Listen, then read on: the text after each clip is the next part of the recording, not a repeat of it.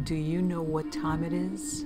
It's supernatural story time. And if you're easily scared, and even if you're not, there's only one thing left to do. Just turn off the lights, because these are stories that you listen to only in the dark. The Man in the Barrel. My story starts in 1969. I was 5 years old. My brother and I shared a bedroom. Our twin beds were arranged side by side, with the foot of the bed facing our door, which entered into the upstairs hallway. If you were in our room and facing the doorway, to the right of the door hung a picture of a map of the world. If you were laying in our beds, to your right would have been our closet door. This was a walk-in closet. I am describing the layout so you can get a better sense of how this all seemed to happen. Anyway, my bed was the one nearest to the closet door. The first time I saw the man in the barrel, it was around 3 a.m. It was a summer night in Iowa, not too hot, not too cold. I awoke and saw something that has periodically haunted me to this day. I'm now 32 years old. To describe this figure will take some work. The figure looked very much like a troll. He appeared to be approximately 2 to 3 feet tall. He seemed to either be wearing a barrel or standing inside it. His feet were exposed outside the bottom of the barrel, and he was wearing shoes, much like that of an elf. The toes of the shoes curled at the end. At the top of the barrel, straps were connected and hung over his shoulders. He had very sharp and long fingernails, dirty hands and arms, jagged sharp teeth, a very long, dirty beard, and wore a hat. Now, as I reflect back, looked like something from a Rumpelstiltskin fairy tale. The hat had a round brim and a long pointed top. His eyes were eerie and piercing, a gray color with pupils shaped like a cat's, but as black as the devil's. This troll figure appeared at approximately the same time on each of his visits to haunt me, and was almost always floating in front of the map of the world. He was pointing his finger at me, floating up and down very slowly. He was laughing, but no noise was heard. I can remember quickly covering my head with my sheets during this first encounter, hoping that when I uncovered my head he would be gone and I would be dreaming. When I removed the sheets from my head, he was indeed gone. However, for about a period of a year, from night to night, this man would return and I would go through the same routine of covering my head. Usually when I saw him, he would be in front of that map. On other occasions, he would be to my right, in front of our closet door. Always he was laughing and pointing at me, never really talking or explaining why he was tormenting me. No noise was ever made. During many nights just before I was fully awake, I knew he was there. I didn't even have to look to know. I could feel his presence. Several times I would wake up my brother, yelling and asking my brother if he could see him. My brother, older than me, would tell me to go back to sleep, as I was just imagining him. To this day my brother can describe in as clear of detail as I can how this man looked.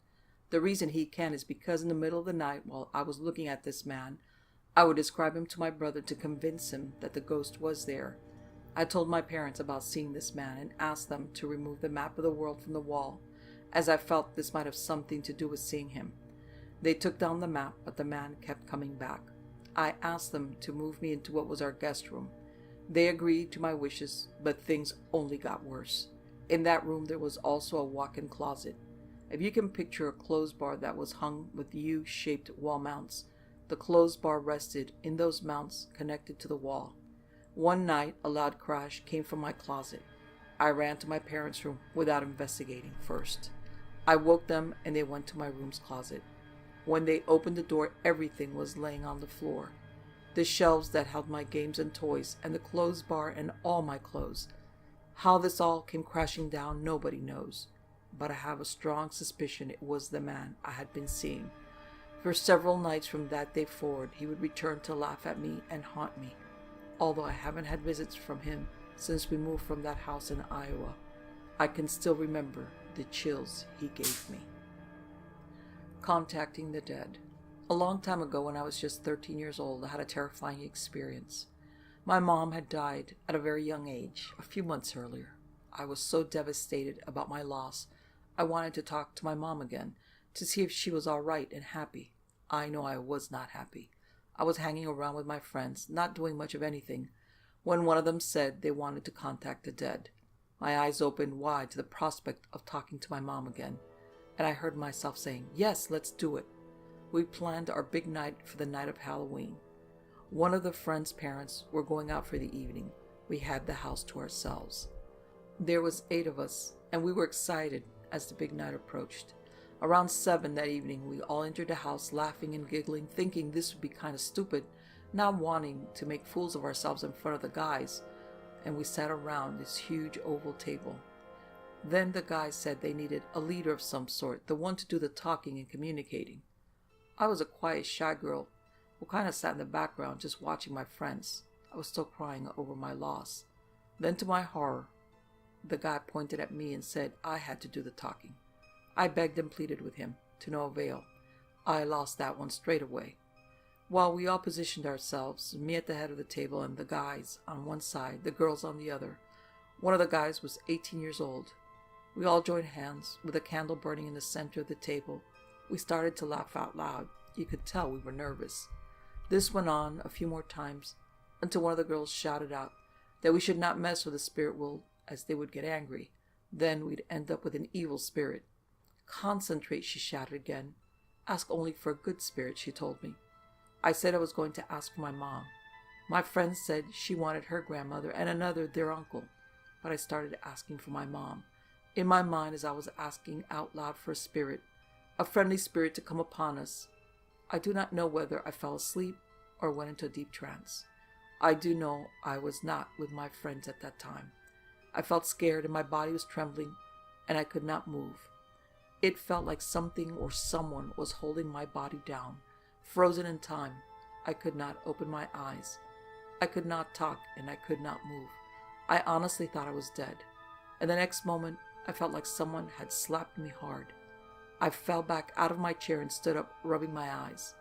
I looked up to see my friend flying through the air. This room was 26 feet long, and no one was holding her. I looked around to see where everybody was, and they sat in the chairs with utter disbelief on their faces. Scared was not a word I could possibly use for what I had seen on their faces. My friend stopped above the TV, still in the air. She looked asleep, not knowing what was happening to her. She fell on top of the TV with a sickening thud, but still did not wake from the comatose state she was in. How could she not? I was horrified and scared. The spot I was standing in seemed glued to my shoes, not letting me move. My friend then lifted back into the air, up to the ceiling, and flew across to the side of the room and fell down into the sofa. We all managed to move and ran towards her. The heavy coffee table lifted off the ground and got thrown on top of her body. The 18-year-old shouted, "What is going on?" and lifted the table off of her. My friend then started to thrash out, as if to ward someone away from her, and shouted, "No, no, no, I promise. I will never do it again. Please leave me alone." I remember myself and a few others running out of that house, not looking back. Even the girls who lived in the house ran from it. I do not know who stayed with our friend, but I do know that our group of friends never talked again about that night. We also did not play with the spirits again and never returned to the house down my street. I will wait to talk to my mom. There is a time and place for everything and everyone, including contacting the dead. The Tall Stranger.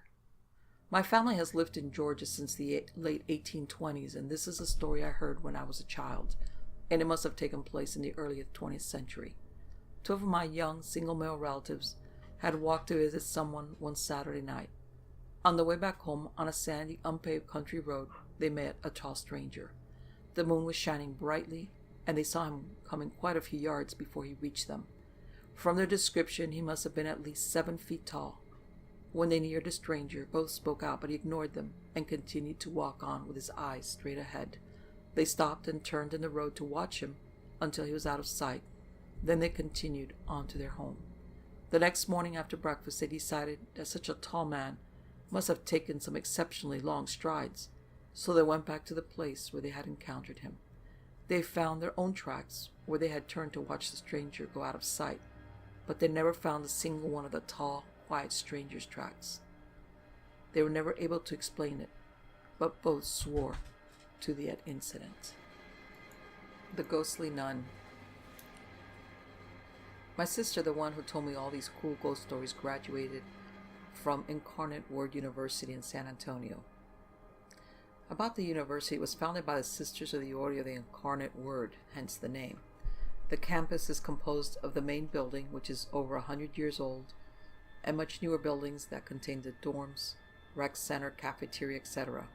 The main building is 4 stories high and contains the administration offices on the first floor. Dorms in second, third, and fourth floors, and the basement houses the student laundry room, the mail room, and a small recreation room. Hardly anybody uses the facilities in the basement though. Why? Because that's where the creepy stuff happens mostly, especially at night. On the third floor, in addition to dorms, there's a small chapel where students go to pray on their own time or attend the services offered on Sundays. A lot of the nuns have their rooms in the main building also. There's this one room, though, that has been nailed shut for decades.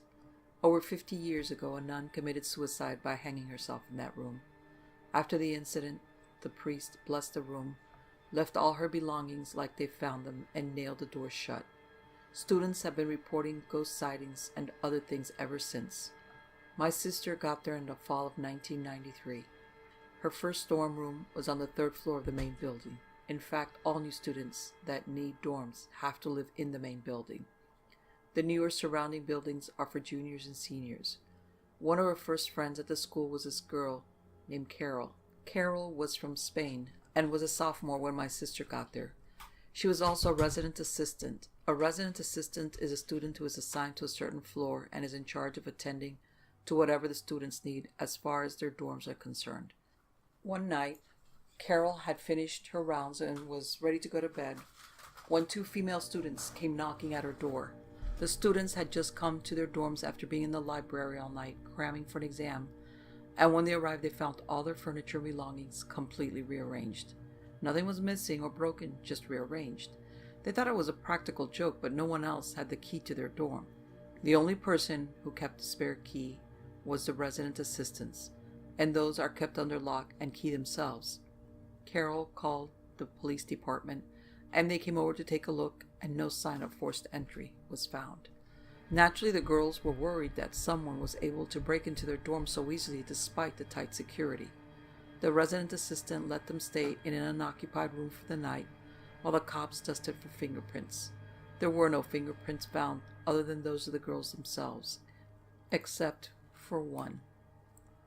One of the cops noticed a smudge on the window, dusted it, and lifted it. To their shock, the smudge was a huge handprint, larger than a normal human one. Another strange thing was the print was found on the outside of the window, and the fact that the dorm was 3 floors up made it more intriguing. There was no sign of the window's lock having been forced open. In fact, the window was extremely hard to open since it hadn't been opened in years. But get this, one of the priests went to the room that night and saw that the room had been rearranged in the exact same way that the room where the nun killed herself was arranged. The reason that the priest knew that was that he was one of the few people who had actually been inside the nun's room. The mysterious handprint is still on file at the San Antonio Police Office. The Haunted Plantation. When I was 14, my family, which was my mother, brother, and sister, and I moved to an old house on the outskirts of a small town in Alabama. The house stood on what was the original site of an old plantation house built before the Civil War, and the land around it had been a cotton farm. The family had had money, but after the war, their house being destroyed by Union troops, they moved to the back of the property to what had been the overseer's house. Later, around 1910, the family came into enough money to rebuild a replica of the original house on the same site. 70 years later is where I come in. The family had returned to the small house in the back of the property. Since it consisted of several hundred acres, one can imagine that they weren't exactly neighbors, and the plantation house was up for rent at a price that was fantastically low, even for a rural area. My mother snatched at the opportunity to live in such a historical building, even though it had no heating or air conditioning. At least the plumbing was sound. The house was completely furnished with antiques, most of them having been in the original family for decades. I soon realized after we moved in that the house was haunted by several ghosts. In the formal parlor in the front of the house, there was a collection of hideous mahogany furniture, all of it massive and heavily carved, stuffed with horsehair and covered in faded velvet. A high-backed sofa stood beneath one window, and it was this sofa that was the scene of an unusual haunting. The furniture in the room had been purchased at the turn of the century as a wedding gift for Rose, known by the family as Aunt Rose. She moved into the rebuilt house in her later years and moved her prized furniture there into the parlor. That sofa was Aunt Rose's pride and joy, and nobody was allowed to sit in it, except of course for Aunt Rose. After Aunt Rose died, still nobody could sit on the sofa. If they did, they were pushed off by an unseen force. When my family moved into the house, we were warned about this phenomena. Still, I couldn't resist climbing onto that old sofa and feeling a sort of icy cold chill when something or someone shoved me gently, and sometimes not so gently, into the floor. I never saw Aunt Rose, but there was one ghost I felt sorry for. I'd seen her several times, always looking out a window in one of the upstairs bedrooms that was not in use. She appeared to be a child with long hair wearing a high-necked nightgown. Occasionally we heard little thumps coming from that room, as if a child were jumping up and down, or sometimes we heard whispers that we couldn't quite make out. My mother is sensitive, like me, so we put our heads against the door and strained, trying to make out what she was saying, but we never could. The little girl looked completely lost and woebegone. I never did find out who she was. One evening, my mother and I and my brother and sister were sitting in bed watching television. There was a ferocious thunderstorm going on outside. The lights were flickering. It was like something out of an old Hammer horror film. My mother had a glass of iced tea on the nightstand, and when she reached out for it, she knocked it off the stand onto the floor. But when she leaned over the bed, it wasn't there. We all got off the bed and looked around the room. The floor wasn't wet anywhere, and you'd expect it to be a full glass of tea had spilled, even if the glass rolled into a corner. Finally, I got down on my knees and looked under the bed. The glass was in the center of the floor, underneath the bed, and upside down. Not a drop had spilled. As we all stared at this strange phenomena, the window in the room blew open, then slammed shut, and we all heard a woman laughing. I had a few other experiences in other houses, but I've never lived in a house so populated by ghosts. But they were fairly benevolent, certainly not malicious. I mean, just like Aunt Rose, all she wanted was for you not to sit in her sofa. Something in the mirror. I remember my mother telling me about her strange childhood and all the weird things that happened in her house. The focal point of her stories generally involved her mother. My grandmother was into the occult and had no fear in getting involved in some of the scarier stuff. She would often tell my mother that when she looked in the mirror, she would sometimes see a beautiful Indian princess. Cool, so my mother thought she would take a peek the next time her mom was in the bathroom so that she could view this lovely princess too. Instead, when my mom peeked around the door, in the mirror looking back at my grandmother was this horrible-looking monster. Could it have been a demon? After that incident, strange things would happen. My mom had a large teddy bear in the corner of her room, the kind you win at a fair. One night she woke up and the bear had lifted its arm out, as if reaching for her. Things would also occasionally levitate in the house. As scared as she was, she never told anyone, especially my grandfather. She already had a strained relationship with her dad, and did not want him to think she was crazy. I really didn't think much about her stories until I experienced them firsthand twice. During the first incident, we paid a visit to my grandparents, who lived in Ohio, and we lived in New York. My mother was concerned about my grandmother's continued involvement in the occult. Well, she thought things were just fine, and my grandfather thought she was just crazy. Anyhow, just as we were ready to leave, my grandmother stood on the stairs of her house. What happened next, I couldn't believe. A man's voice came out of her mouth and said that they would find us dead on the highway. At that time, my parents did not give this incident much thought, until a couple of months later a drunk driver hit us. Luckily, we all survived. My mom was injured the worst, with much reconstructive surgery performed on her face. The second incident I will never forget either. Once again, my parents tried to speak to my grandmother about not getting so involved in the occult. She still didn't seem too interested in listening, so my parents asked if she didn't mind if she prayed with her. Well, that upset the spirit so much that right there, as they were praying, she started speaking in the same voice we had heard just a year ago. This time, evil laughter was coming from her lips. My sister and I were so terrified, we ran into the living room and just crouched in a corner crying. We could still hear the spirit's hideous voice from the living room. Well, to say the least, this was the last day of our visit. Once again, as we were in the car, the spirit said that we would all die. This time my parents told the spirit that this would not happen and that God was protecting the family. As we pulled away from the house, the spirit was cackling and repeated, "You're all gonna die. You're all gonna die." Never have I been so frightened in all my life. Well, to say the least, none of us died, and I believe that it was because my parents told the spirit no. However, to this day, this happened when I was 7 and 8 years old, and I'm now 30. I am still somewhat afraid of the dark. The Haunted New House. It started in September. We had just closed on our new dream home. 4 bedrooms on a beautiful and peaceful 2-acre wooded lot in Michigan. It was a brand new house.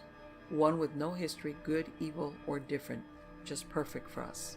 My company had relocated us from Houston, and our housing search had been a long and arduous one. Property prices in the Michigan are considerably more than Texas, so when we found this house and decided on it, we were relieved and happy. I was so relieved that I deliberately did not mention to Lynn, my companion and wife, that Joe, the 80-year-old builder, told me of the tragedy that had occurred during the building of the house. I'm an engineer for a major company, and I didn't even believe in ghosts. 2 weeks in, we started hearing the normal house settling noises. A bump from the attic, pops in the walls, and sounds from the basement that could be described as squishing or splashing. Never having had a basement before, who knew what normal basement noises were? As I now think about it, the first odd thing I recollect was that our dog, Bobby, cowered when we heard the water noises from the basement. The noises continued, but their timing was strange. Always they started in the attic, then we heard it in the walls, and then the sloshing in the basement. As I mentioned before, I'm an engineer and my wife works with computers.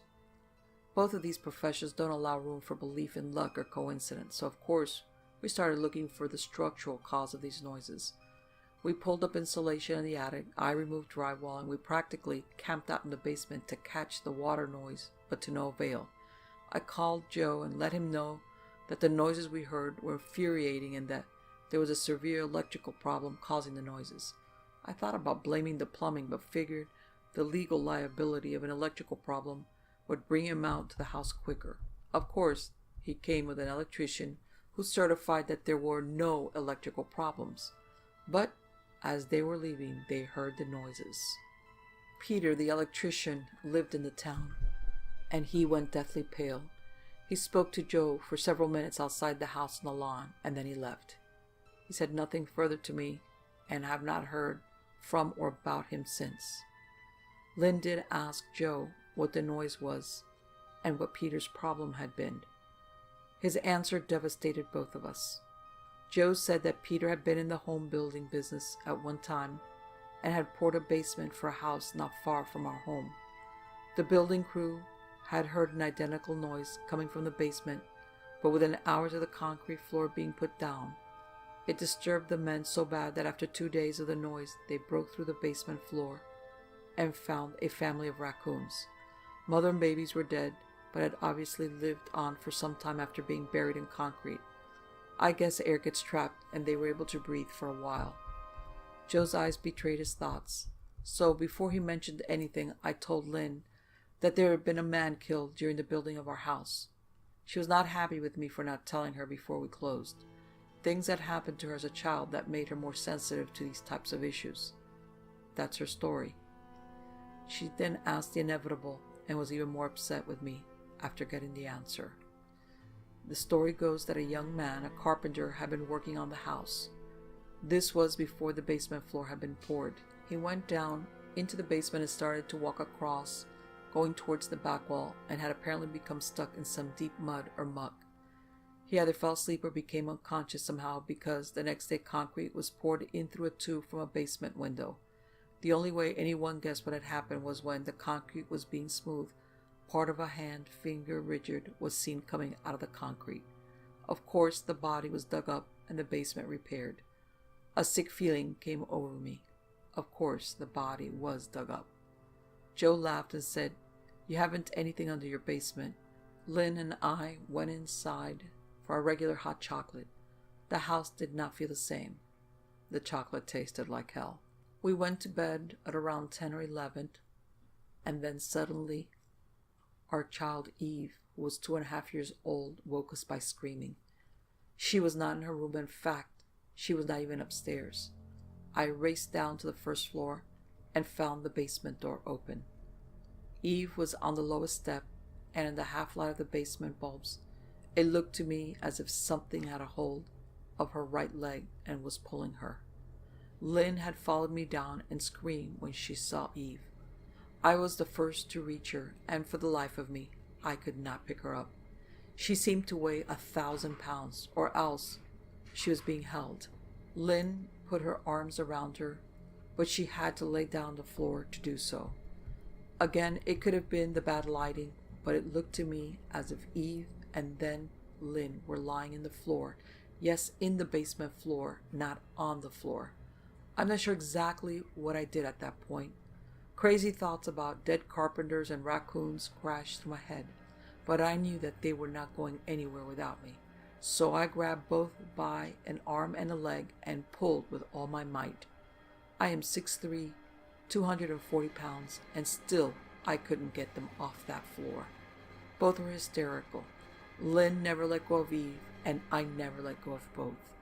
Eventually I felt something give, and after a long time, or a short time, I don't know anymore, I pulled at them, and both ended up on top of me on the basement stairs. We left the house with no clothes or belongings and went to stay with my wife's family in a nearby town. That was a week ago. Eve now sleeps with us. I spoke to Joe a few days after we had left the house. I don't know exactly what I said, something about a flaw in the floor of the basement. He didn't believe me, and I don't care. He called me back. The basement crew came to fix the floor today. They found another body, a woman's body. She had been with a carpenter. Joe said the police said she had struggled a long time under the basement floor. I'm not sure what we'll do now, except for one thing. We're not going back there to live. Southern Haunting Experiences. I moved to Florida in 1981. When I moved there, I lived with my mother and brother in an old house in Jacksonville. It was filled with many historic homes, many of which had been renovated. My room was in the converted attic, and my brother's was downstairs, next to the back porch. Many times when I climbed the stairs to my room, I would pass a very cold spot, and often I could hear a song in my head. When I would go to turn on the radio in my room, the very song would be on in the exact point I had heard it. My brother also swore he had seen the figure of a woman in white on the stairs on occasion. He had a distinct dislike for the room he was in, and convinced my mother to allow him to make a room in the attic with me. I always felt uneasy in his room as well, and detested the back porch even in broad daylight. We never did find out anything about the house, but my mother confirmed to me many years later that she too had felt weird things in the house. I had one strange experience in the apartment we lived in next. I was dating a certain boy, and one night, coming home from work, I very clearly heard him speak my name as if he was standing behind me. He was 20 miles away at the time, but the minute I opened the door, the phone rang and it was him calling. The most weird thing that ever happened to me occurred when I was living with a roommate in a small house on the outskirts of Jacksonville. Some friends and I were playing around with automatic writing once, when one girl was writing. We all felt this electric shock go through us. It was so strong it caused the metal on my earrings to leave black marks on my ears. Then I started having very bad nightmares, which I would run screaming from my room. Not long after that, both my roommates and I started hearing noises in the spare room, like paper shuffling, and my roommate would find her filing cabinets open. The nightmares intensified, and then I started hearing the paper shuffling noises in my room, often right next to my head when laying in bed. Eventually, my friends consulted a Ouija board, not the best of sources, I admit, and they told me that the presence in the house was a man named Richard, who had come back to the house to watch over me and protect me from what I did not know. Later, my roommate found out that a man had died in the house named Richard, who had been an accountant. One time, we were discussing this man in the living room and actually felt him come into the room. All the hairs on my body raised up at the sensation. We thanked him for his help, and then he left the room. After I started dating a new man, who I later married, we stopped hearing any signs of Richard. I suppose the matter-of-fact nature of my husband was protection enough. A few years later, after leaving that house, I found out that there was a witch's coven practicing in the woods behind our house. As soon as I left that house, my nightmares abruptly stopped, and I haven't had any outstanding incidents of the ghostly kind. The Thing in the Basement. I'm 36 years old and I grew up in suburban Pittsburgh. This 100-year-old 12-room house was the first my parents ever bought back in 1963. I lived there for 10 years with my parents and 4 sisters. There were many strange events witnessed by my mother while she would be home all day taking care of us, but I was too little to understand and only wished to convey an actual experience I encountered and remember with great detail. It was in 1972 while the family was in the downstairs living room watching TV together. It was probably around 8 p.m. when we were startled and terrified to hear a large crashing sound coming from the outside hallway. My parents were visibly shaken, my mother clinging to myself and my sisters, as my father charged to the hallway to examine the disturbance. The first thought was an intruder in the house. My mother frantically yelled to my father, asking what it was. My dad, after searching the house, came back and informed my mother that the basement door leading from our hallway to the basement had come off the hinges and fallen down the basement stairs. The access from outside of the basement was locked, as well as the main door from the outside of the house to the hallway. This old house featured solid oak doors, very heavy and sturdy. The family went to the hallway and were amazed to see that huge door laying at the bottom of the basement steps. Being the only boy in the family, I was charged with helping Dad put the door back on the hinges. Here's where it gets very strange. The door was off the hinges and at the bottom of the steps, yet the hinge pins were still in the hinges. All of the hinges on the door and the door frame were completely intact. The only way for that door to end up at the bottom of the stairs was to remove the hinge pins and push the door out from the frame. How were the pins still in there and the door off the frame? Even stranger, as my dad and I tried to remove the hinge pins from the hinges on the frame to put the door back, we were unable to lift them off. It took a hammer and screwdriver to pound the old hinge pins out of the frame to reset the door and hammer the pins back into place. This had taxed my reasoning for many years. In my search for a reasonable explanation, I have found none. I find myself burying this in the recesses of my mind with the reality of what could have actually caused this, as well as the question as to how that happened.